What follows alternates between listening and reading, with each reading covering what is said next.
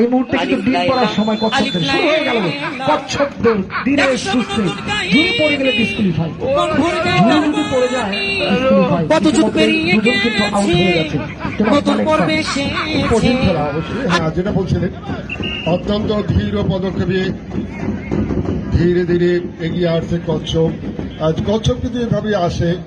আমরা দেখছি কচ্ছপ যখন দৌড় দেয় পানিতে নামে তখন কিন্তু তারা লুটোপুটি খায়, উল্টিয়ে যায়।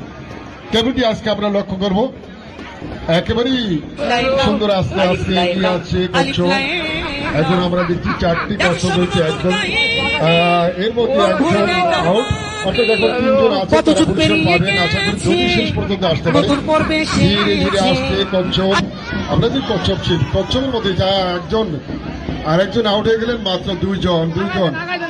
কঠিন খেলা, দেখা যাবে শেষ পর্যন্ত কচ্ছপ, 2টি কচ্ছপ আসতে পারে কি না শেষ প্রান্তে। অর্থাৎ বিজয়ের জন্য তারা এগিয়ে আসছে ধীরে ধীরে। একজন এখনো রয়েছে, একজন শেষ পর্যন্ত আসবে বলে এমনটি আশা রাখছি। আমরা যদি জানি যে প্রতিযোগিতা হয় তাকে আমরা সবাই তাকে কত যুগ পেরিয়ে অভিনন্দন জানাবো যে আমার একটি খবর আছে, একজন আর 2জন কিন্তু